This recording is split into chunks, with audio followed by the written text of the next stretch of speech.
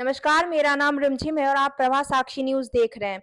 लोकसभा चुनाव बस 1 महीने की दूरी पे है और तमाम पार्टियां अपने-अपने तरीके से तैयारियों में जुटी है। इस वक्त मेरे साथ मानव जायसवाल जी मौजूद है जो कि टीएमसी के प्रवक्ता हैं। हम इनसे जानेंगे कि टीएमसी किस तरह से तैयारियां कर रही है, क्योंकि भारतीय जनता पार्टी बंगाल में टीएमसी वर्सेस बीजेपी होने वाला है और जोरदार टक्कर होने वाला है। लगातार हम आम लोगों से बात कर रहे हैं, उनके ओपिनियन आप तक पहुंचा रहे हैं।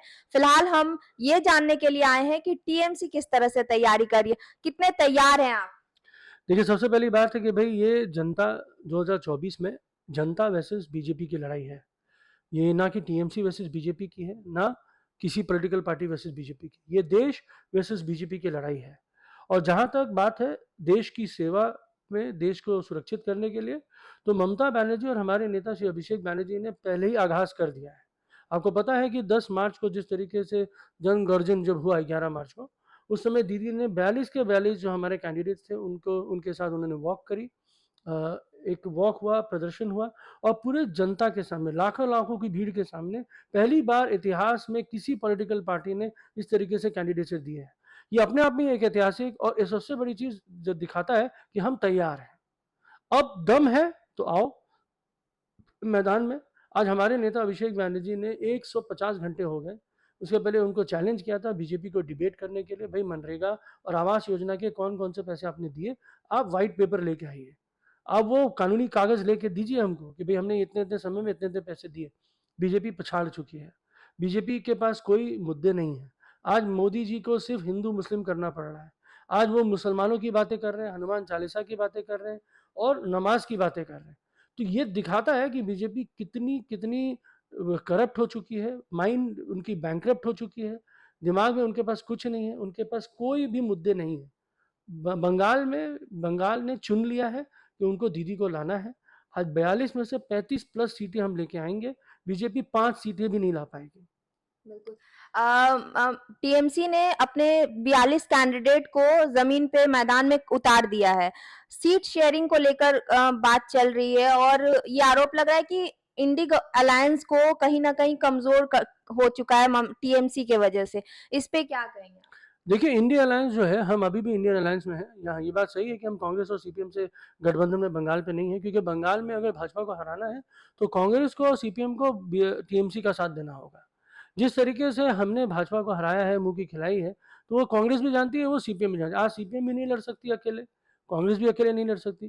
केवल एकमात्र पार्टी है जो टीएमसी जो लड़ रही है और भाजपा को पछाड़ रही है। तो अगर वो इंडिया अलायंस के बारे में इतने चिंतित है, इतना उनको भरोसा है, तो उनको सबसे पहले टीएमसी ममता बनर्जी पे भरोसा करना चाहिए और ममता बनर्जी के भरोसे पे उनको दाव लगा देना चाहिए टीएमसी के ऊपर, और सीपीएम और कांग्रेस को कोई भी कैंडिडेट नहीं उतारना चाहिए। आरोप ये भी लग रहा है, आशंका जताई जा रही है कि टीएमसी के परिवार में ही कहीं न कहीं फूट पड़ गया है, और ये इसलिए भी कहा जा रहा है कि लोग आपस में ही उलझ रहे हैं। जैसे कि हावड़ा लोकसभा क्षेत्र की बात करें तो मुख्यमंत्री ममता बनर्जी ने अपने छोटे भाई बाबुन बनर्जी को टिकट ना देकर फिर से प्रसून बनर्जी को दिया है। इसको लेकर भी सवाल खड़े कर रहे हैं। बाबुन बनर्जी अकेले चुनाव लड़ने के लिए मैदान में उतरने वाले हैं। इस पे क्या कहेंगे आप? नहीं नहीं, ये सब भाजपाइयों का भ्रष्टाचारी जुमला, पार्टी का एक जुमला है।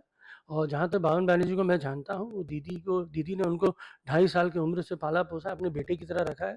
वो किसी भी तरीके से दीदी के खिलाफ नहीं जा सकते।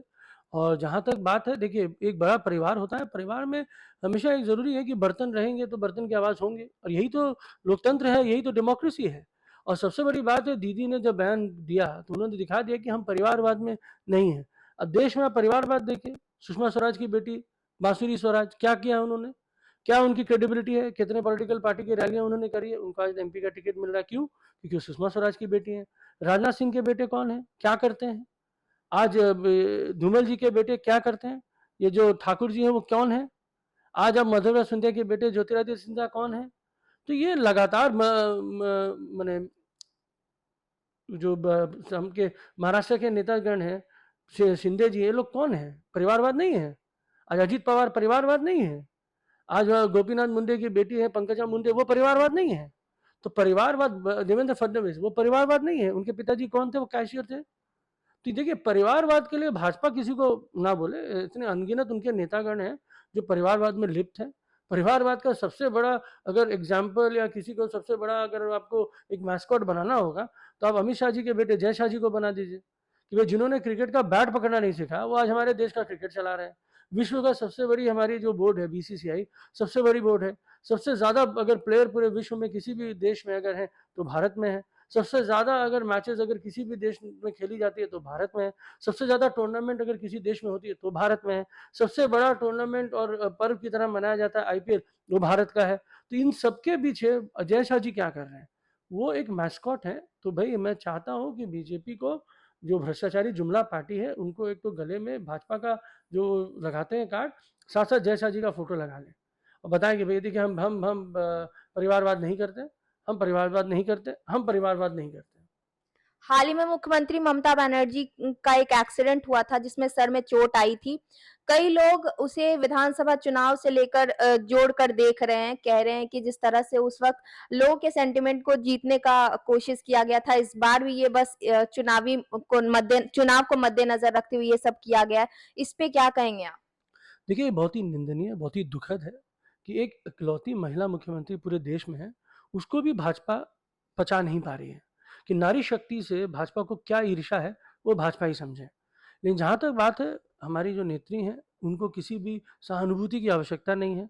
पूरा देश जानता है जिस तरीके से लाल सरकार को उन्होंने उखाड़ कर बाहर फेंका, बंगाल को अंधकार से बाहर किया, ये कैसे हो पाया? उन्होंने अपने शरीर की सारी हड्डियों को तोड़वा के आज ये नए बंगाल की परिकल्पना करी है। ये आसान बात नहीं है।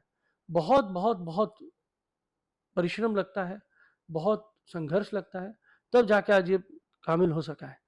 तो जितने लोग भी दीदी के इस पर्सनल चीज़ों पे टिप्पणी दे रहे हैं, चाहे वो शुभेंदु अधिकारी क्यों ना हो, चाहे शिशिर अधिकारी क्यों ना हो, चाहे सुकांतो मजूमदार क्यों ना हो, चाहे दिलीप घोष क्यों ना हो, चाहे आपके बड़े बड़े नेता चंद्रू ठाकुर क्यों ना हो, मैं इनका नाम इसलिए ले रहा हूँ कि भाई ये बड़े नेता हैं, इनके पीछे इनके बहुत सारे फॉलोअर्स हैं।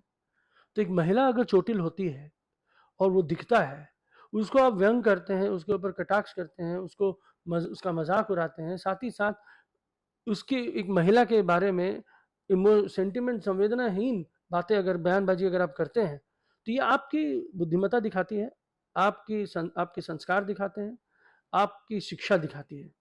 तो मुझे दया आती है ऐसे लोगों पे, और मैं ज़्यादा दया मुझे आती है इनके फॉलोअर्स, इनके कार्यकर्ताओं पे, इनके प्रचारकों पे। तो भाई चिंतन कीजिए कि आपका नेता कैसा हो। अगर माता को चोट लगी है और ये ऐसे बयानबाजी कर रहे हैं, तो आपको पता चल जाना चाहिए आपको किसके साथ होना है। प्रसून बनर्जी हावड़ा लोकसभा क्षेत्र से 3-3 बार सांसद रह चुके हैं और फिर से उन्हें ही टिकट दिया गया है। क्या लग रहा है, वो लोगों को फिर से जीतने में सक्सेसफुल होंगे क्या? देखिए, हम लोग ऑलरेडी जीतेंगे। ये हम इसलिए नहीं बोल रहे कि हम ओवर कॉन्फिडेंस में हैं।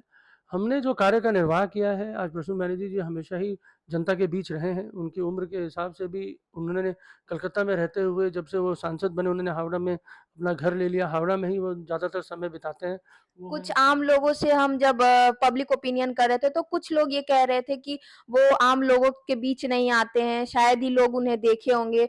और उन्होंने ये भी सवाल उठाया कि हावड़ा के लिए वो कितने सारे मुद्दे दिल्ली में उठाए, संसद में उठाए हैं। देखिए, ये बहुत सारी चीज़ें होती हैं कि आपको देखना पड़ता है कि सांसद में पार्टी बात उठाती है, तो पार्टी का सवाल होता है, और पार्टी ने हावड़ा के लिए क्या किया है ये सारी जनता को पता है। और जो लोग बोल रहे हैं कि भाई प्रसून बनर्जी दिखते नहीं है, तो शायद वो रास्ते पे है नहीं, शायद उनको धरातल पे कोई भी ज्ञान है नहीं। हो सकता है वो भाजपा ही हो, तो भाजपा ही चाहेगी बोलना कि भाई हमारे सांसद नहीं दिखते। तो भाजपा ही के जो सांसद हैं वो तो टीएमसी के ही थे, जिन्होंने अभी भाजपा ही ने जिनको टिकट दी है, वो टीएमसी के मेयर रहे हुए हैं। टीएमसी छोड़ के वो भाजपा में भागे, तो भाजपा के पास खुद मूलतः कोई उनके केडर नहीं है जो सालों साल झंडा उठाते थे। तो भाजपाइयों को तो पहले चिंता करना चाहिए कि वो टीएमसी के छोड़े हुए, निकाले हुए, टीएमसी से भागे हुए नेताओं को टिकट दे रही है कि अपने भाजपाई मूलतः भाजपाइयों को टिकट दे रही है। पहले भाजपा ये चिंता कर ले, उसके बाद हमारे ऊपर आलोचना करें। हमारे जो नेता है प्रसून बनर्जी हमेशा जमीन पे रहे हैं, हमेशा आप उनके प्रोफाइल में जाइए, हर प्रोग्राम में जहाँ जहाँ उनको इन्विटेशन मिलता है वो रहते हैं। अगर वो गाड़ियों से चलते हैं तो बीच सड़क पे फल वाले से मुस्कुराते हुए, सब्जी वाले से मुस्कुराते हुए, पान वाले से मुस्कुराते हुए बातें करते हैं। तो और क्या चाहिए आपके नेता में, और क्या चाहिए? वो सोना लद के थोड़ी ना चलेंगे। थैंक यू सो मच हमारे साथ जुड़ने बहुत के बहुत लिए। धन्यवाद। ये थे मानव जायसवाल जी जो हमसे बातचीत कर रहे थे और बहुत सारे सवालों का इन्होंने जवाब दिया। आप इस वीडियो को देखने के बाद क्या सोचते हैं हमें कमेंट करके जरूर बताइएगा। जय हिंद। अगर आप भी लेना चाहते हैं देश दुनिया की तमाम जानकारी तो आज ही सब्सक्राइब करें हमारे चैनल को। साथ ही नीचे दिए बेल आइकन को जरूर दबाएं ताकि हर अपडेट आप तक पहुंच सके।